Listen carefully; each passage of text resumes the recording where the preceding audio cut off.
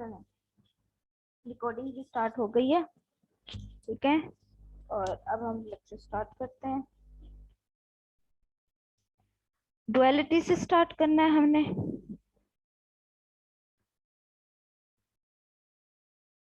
पीछे ये सब टॉपिक हमने पढ़ लिए थे। Yes ma'am. इसमें से कोई किसी का कोई सवाल?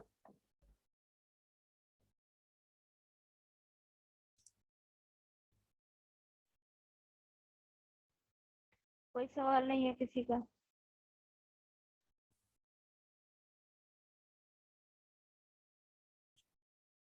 चलें फिर हम स्टार्ट करते हैं।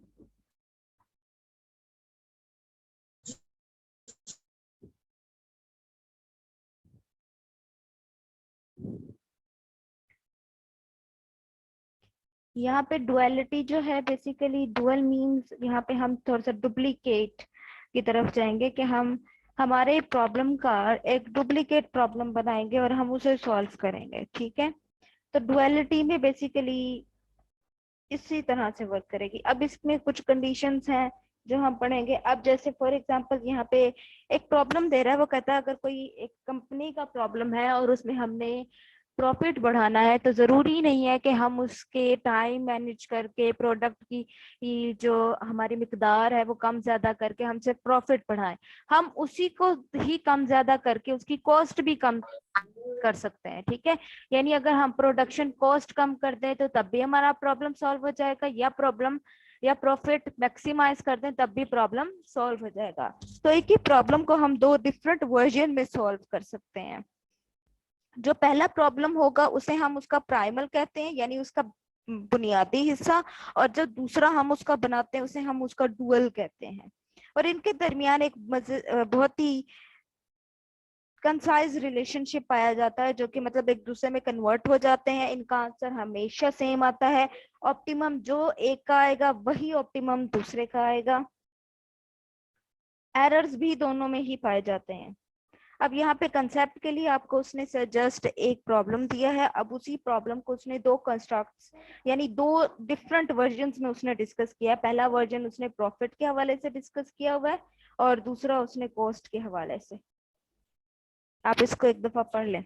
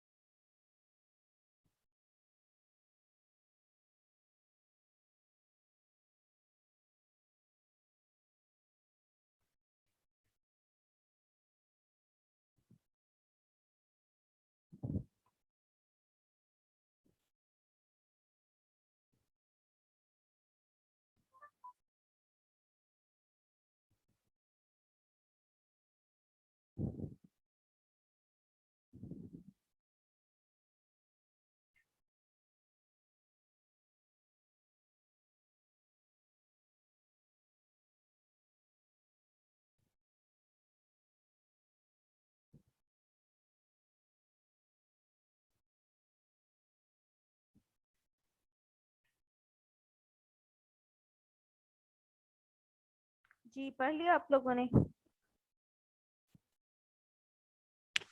Yes ma'am.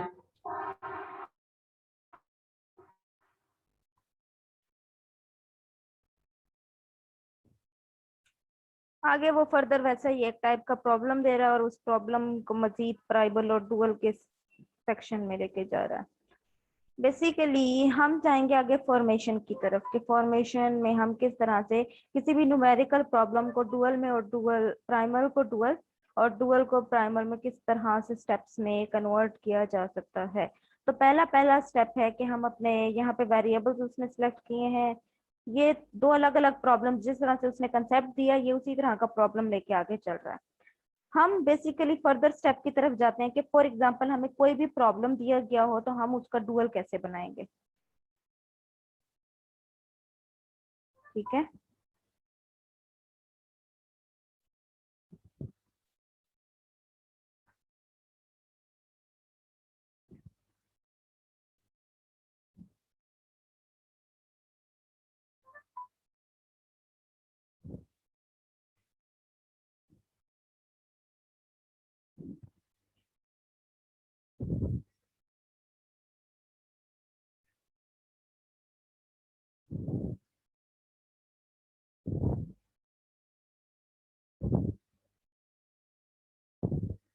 नेक्स्ट वो आपको सॉल्व करके बता रहा है कि सॉल्यूशन में किस तरह से दिखता है।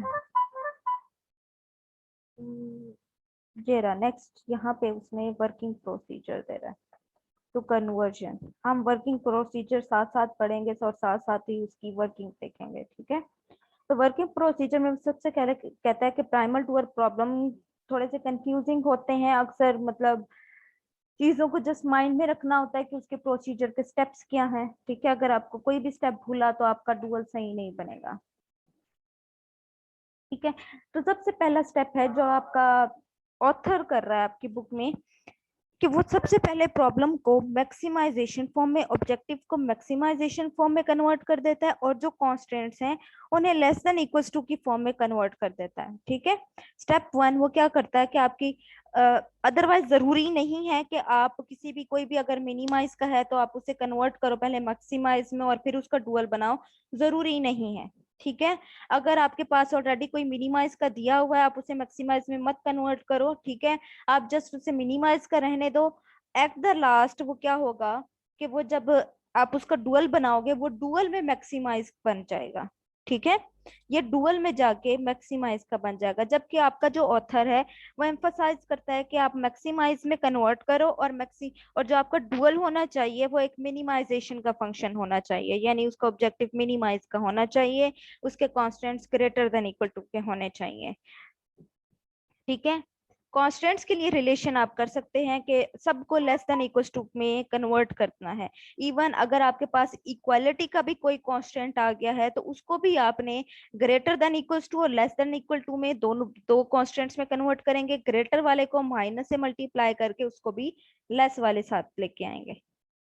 ठीक है, यहाँ पे उसने दिया हुआ है कि अगर आपके पास कोई ग्रेटर का आ गया है तो आप उसे माइनस से मल्टीप्लाई करेंगे। ठीक है, ये एग्जांपल दी है उसने। और अगर कोई इक्वालिटी का कांस्टेंट आ गया है तो आप उसे दो फर्दर कांस्टेंट में डिवाइड करोगे और जो ग्रेटर वाला आएगा उसे माइनस से मल्टीप्लाई करके लेस देन में लेके आओगे। ठीक है, स्टेप थ्री कि अगर आपके पास कोई एक ऐसा वेरिएबल है आर नॉन नेगेटिव, अगर सबके सब वेरिएबल्स नॉन नेगेटिव हैं, ठीक है, तो फिर तो कोई मसला नहीं है। लेकिन अगर आपके पास if any variable is unrestricted, और अगर आपके पास कोई ऐसा वेरिएबल आ गया जो अनरिस्ट्रिक्टेड है तो आप ऑलरेडी पहले पहले यानी प्राइमल वाले की ही, जब अभी हम सिर्फ प्राइमल वाले को ही स्टैंडर्ड फॉर्म में कन्वर्ट कर रहे हैं जो हमें प्रॉब्लम गिवन है, अभी हम डुअल की तरफ गए ही नहीं, अभी हम प्राइमल वाले को ही, अब उसमें हम देखना ये चाह रहे हैं उसमें कोई वेरिएबल ऐसा है जो अनरिस्ट्रिक्टेड है या कोई ऐसा है जो लेस देन इक्वल टू 0 है।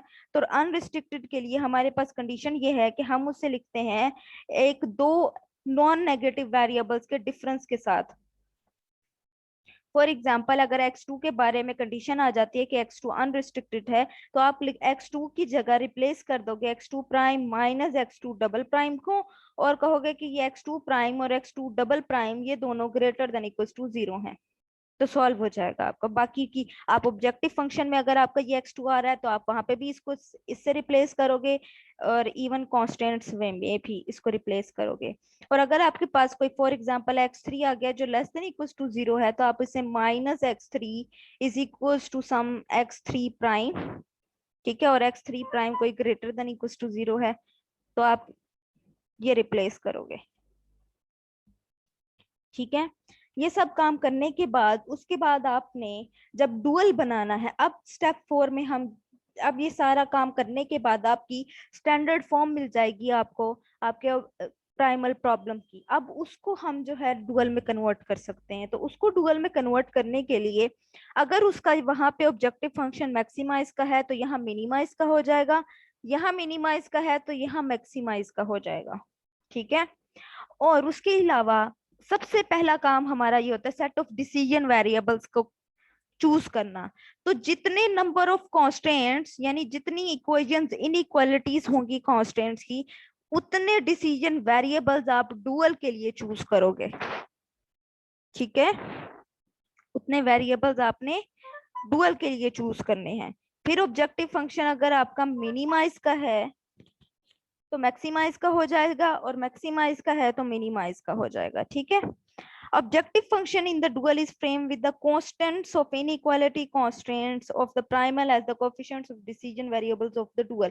अब हमने decision variables लिए जितने number of constraints थे, अब हमने जो उन decision variables के जो हमारे पास coefficients आएंगे, जो हमारी inequalities के साथ यहाँ constant दिए होंगे ना, constraints के constant, ठीक है। पहले क्या था, तो पहले वाले डिसीजन वेरिएबल्स का फॉर एग्जांपल अगर हमारे प्राइमल में x1 y1 x2 थे और यहाँ पे जस्ट दो कांस्टेंट्स है तो मेरे पास y1 और y2 आ जाएगा। पहली वाली के साथ यहाँ पे जो भी कांस्टेंट है वो मैं यहाँ लिखूंगी 3, यहाँ पे कोई 4 है तो यहाँ पे 4y2 plus 4y2, 3y1 plus 4y2, ये आपका आ जाएगा नेक्स्ट ऑब्जेक्टिव फंक्शन, ठीक है।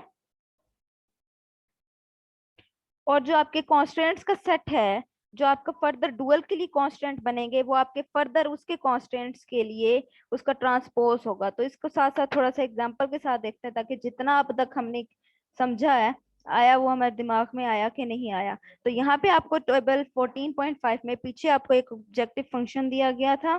वो कहता है फॉर एग्जाम्पल हमारे पास ये है कि मैक्सिमाइज, ये हमारे पास दो कांस्टेंट्स हैं, तीन वेरिएबल्स हैं, ठीक है। अब हमने यहाँ से देखना है दो कांस्टेंट्स हैं तो दैट मींस डुअल के दो वेरिएबल्स होंगे, यानी हमने दो ले लिए w1 w2। अब इसके ऑब्जेक्टिव फंक्शन के कोफिशिएंट्स ये m1 और m2 बन जाएगा, ठीक है। और जब हमने कांस्टेंट सेट की बात करनी है तो कांस्टेंट सेट में ये जो सेट है, ये जो इसका मैट्रिक्स बनेगा, इसके कोफिशिएंट का मैट्रिक्स क्या बनेगा, a1 a2 a3, b1 b2 b3। इसका ले लेना है आपने ट्रांसपोज, इसका ट्रांसपोज लेंगे तो आ जाएगा a1 b1 a2 b2 a3 b3। अब इसको इस डुअल वाले के लिए जो हमने सेट ऑफ डिसीजन वेरिएबल्स लिया है उसके साथ मल्टीप्लाई कर दें, w1 w2 रो कॉलम, तो इसको मल्टीप्लाई करने पे ये हमारे पास ये सेट ऑफ कॉन्स्टेंट्स बन गया। और ये सारे क्योंकि ये वाले लेस देन इक्वल्स टू थे तो ये वाले सारे ग्रेटर देन इक्वल्स टू आएंगे। और यहाँ के ये जो कोफिशिएंट्स हैं वो यहाँ पे जो कोफिशिएंट हमारे यूज हो रहे हैं इस वाले जी में, यहाँ पे वो उनके कोफिशिएंट कांस्टेंट्स बन जाएंगे, ठीक है।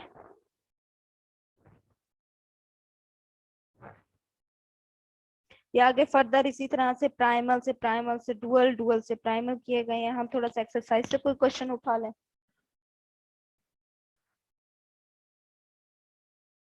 बताएं कौन सा क्वेश्चन एक्सरसाइज से लें।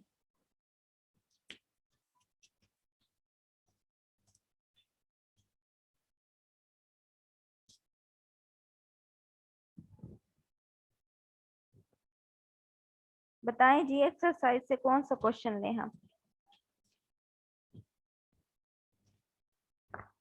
मैम जो आपको कोई मुश्किल है तो वो हमें समझा दे, जो ये अब आप सबसे देखो ज्यादा ना मुश्किल हो। कि आपको क्या मुश्किल लगता है, ठीक है। मुझे तो नहीं पता कि क्या मुश्किल हो सकता है, मुझे तो सब ये आसान लगेगा।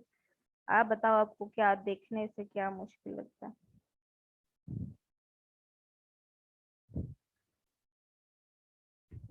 मैम जो मर्जी समझाते हैं। मैम 3 वाला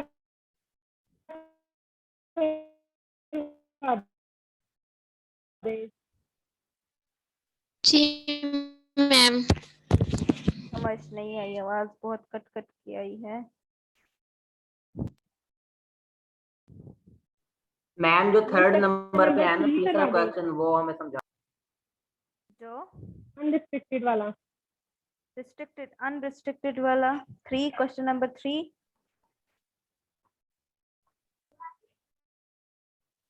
जी मैम। Yes ma'am. ओके,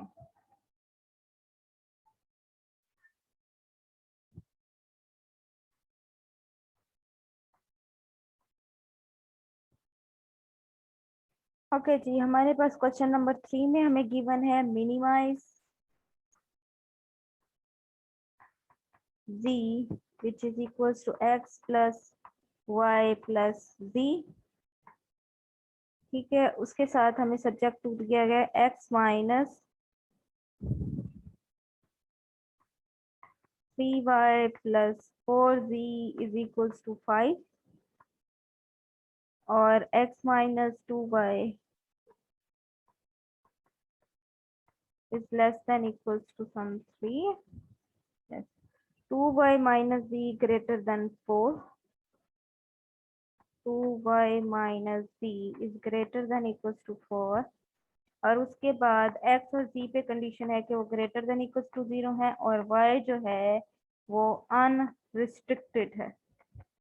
ठीक है, तो सबसे पहले जो हमारा काम है वो ये है कि सबसे पहले हमने इस प्रॉब्लम को अपनी स्टैंडर्ड फॉर्म में कन्वर्ट करना है। तो इसके मिनिमाइज को आप मैक्सिमाइज में कन्वर्ट करना चाहते हैं तो आपकी मर्जी है, अदरवाइज ना भी करें तो कोई इतना मसला नहीं है, आप इसको एज इट इज भी रख सकते हैं। सबसे अब नेक्स्ट काम क्या है, कॉन्स्टेंट्स वाले सेट को हमने डिस्कवर करना है। तो कांस्टेंट वाले सेट में ये इक्वालिटी कांस्टेंट है तो इसको मैंने दो पार्ट्स में कन्वर्ट कर दिया, +4z greater than equals to 5 and same is less than equals to 5, यानी एक कांस्टेंट दो में कन्वर्ट हो गया। अब क्योंकि ये ग्रेटर है, ग्रेटर वाले भी खत्म करने हैं हमने, तो माइनस से मल्टीप्लाई कर दिया, -x + 3y - 4z is less than equals to -5। ठीक है, ये बिल्कुल लेस देन इक्वल्स टू है, इसको कुछ नहीं करेंगे। नेक्स्ट हमारे पास क्या है, ये ग्रेटर देन है, इसे माइनस से मल्टीप्लाई करेंगे तो इसके करस्पॉन्डिंग हमें मिलेगा -2y + z is less than equals to -4। ठीक है, अब xz तो ग्रेटर देन 0 है लेकिन y पे कंडीशन है कि वो अनरिस्ट्रिक्टेड है, तो हम y की जगह y prime minus y double prime को रिप्लेस कर देंगे और जबकि y प्राइम और y डबल प्राइम दोनों ही greater than equals to values हैं, तो इनको जब हम अपने प्रॉब्लम में करेंगे तो जो हमारा प्रॉब्लम है वो बने जाएगा minimize z x plus y prime minus y double prime, y की जगह हमने ये वैल्यू प्लस z। ठीक है, नेक्स्ट अगेन जो हमारी पहली कांस्टेंट है -x + 3y - 4z। अब 3y की जगह हमने y prime minus y double prime लेके आना है। ठीक है,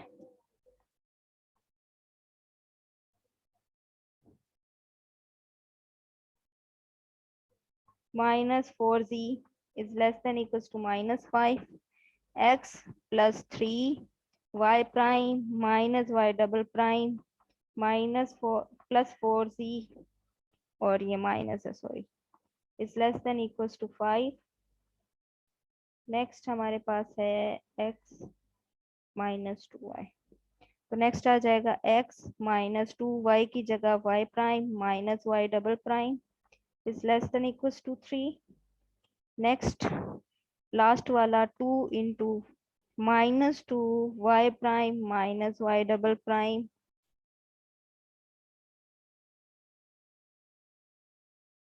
plus z is less than equals to -4। तो अब देखिए ये हमारे पास हमारा स्टैंडर्ड जो हमारा है ये हमें मिल गया। अब हमारे पास x y prime y double prime और z ये सब जो है ये ग्रेटर देन इक्वल्स टू 0 है। ठीक है, तो अब हमने इसका डुअल बनाना है। ठीक है, अब जब हम इसका डुअल बनाएंगे तो हम थोड़ा सा पेन चेंज कर लेते हैं। तो डुअल के लिए हमने जस्ट हमारे पास जो हमारा सबसे पहले तो हमने डिसीजन वेरिएबल्स का सेट डिस्कवर करना है। कितने कांस्टेंट्स हैं हमारे पास, 1 2 3 4, 4 है हमारे पास। तो हमारे पास डिसीजन वेरिएबल्स का हम सेट खुद से डिसाइड कर लेते हैं, कोई W1 W2, ठीक है, W3 और W4। ठीक है, अब वो वाला z हमारे उसमें मिनिमाइज का है, तो ये वाला आ जाएगा मैक्सिमम z। ठीक है,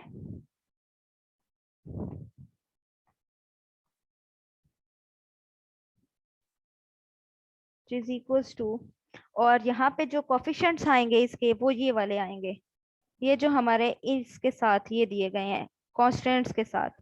-5 पहले वाला है -5w1 plus 5w2 plus 3w3 -4w4। तो ऑब्जेक्टिव फंक्शन बन गया। अब हमने बनाना है अपना, अब हमने अपना कॉन्स्टेंट्स वाला सेट बनाना है। तो सबसे पहले ये वाला जो कॉन्स्टेंट्स का सेट का मैट्रिक्स होगा, सबसे पहले तो हम ये लिखेंगे। यहाँ तक बात समझ आ रही है? Yes ma'am. सबसे पहले हम इसके कांस्टेंट सेट का मैट्रिक्स लिख लेते हैं। तो इसके पास है 1 जी मैम। -3 3 और 4। ठीक है, नेक्स्ट है 1 -2 1 -2 +2 और 0। नेक्स्ट -2, सॉरी पहले वाला 0 है, फिर -2 +2 और +1, 0 -2 +2 और 1। ठीक है, अब इसका हम क्या लेंगे, ट्रांसपोज। तो ट्रांसपोज लेने पे हमारे पास आएगा 1 -3 3 4। मैम 4 जी आपकी आवाज कट रही है, क्या आप कहना चाह रहे हो? अब इसको मल्टीप्लाई कर देंगे हम W1 W2 W3 और W4 से। सॉरी एक लाइन शायद हम भूल गए हैं, कौन सी भूले हैं हम?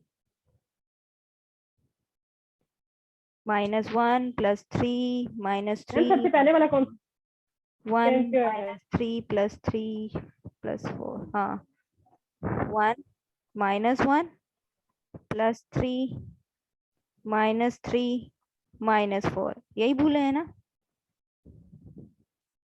ठीक है, फिर जब हम ट्रांसपोज लेंगे तो फिर जाहिर है वो हमारे पास यहाँ पे एक और वैल्यू आ जाएगी, ये आ जाएगा 1 -1 0।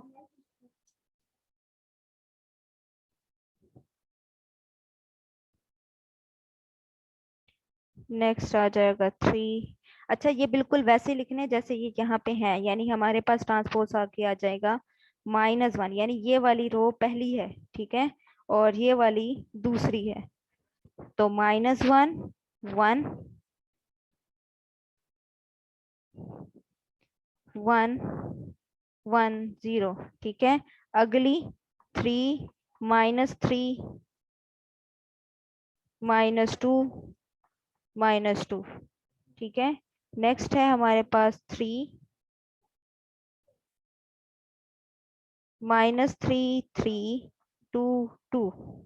ठीक है, उसके बाद लास्ट जो हमारे पास आती है वो है जी 4 -4 0 1, सॉरी -4 +4 0 1।